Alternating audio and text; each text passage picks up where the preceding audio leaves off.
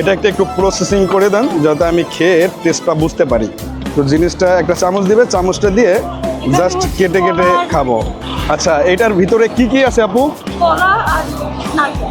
কলা নারকেল দিয়ে সেই চালটাকে ভালোভাবে প্রসেসিং করে তারা দিয়েছে এবং এটাকেই বলা হয় বিন্নি চালের পিঠা, যেটা ছোটোবেলায় আমরা বইতে পড়েছিলাম কিংবা অনেক শুনেছি বিন্নি চাল। তো সেই বিন্নি চালের পিঠাটা এখন আমার হাতে, এটাকে এখন ট্রাই করব, কারণ আদিবাসীরা এটাকে খুব ভালোবেসে খায়।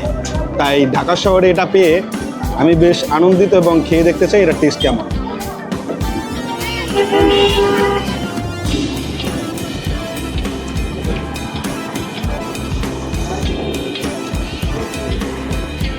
ভালো, তবে একটা পিঠার সাথে কম্পেয়ার করতে চাই, সেটা হচ্ছে ভাপা পিঠা খাইছেন নাকি কেউ?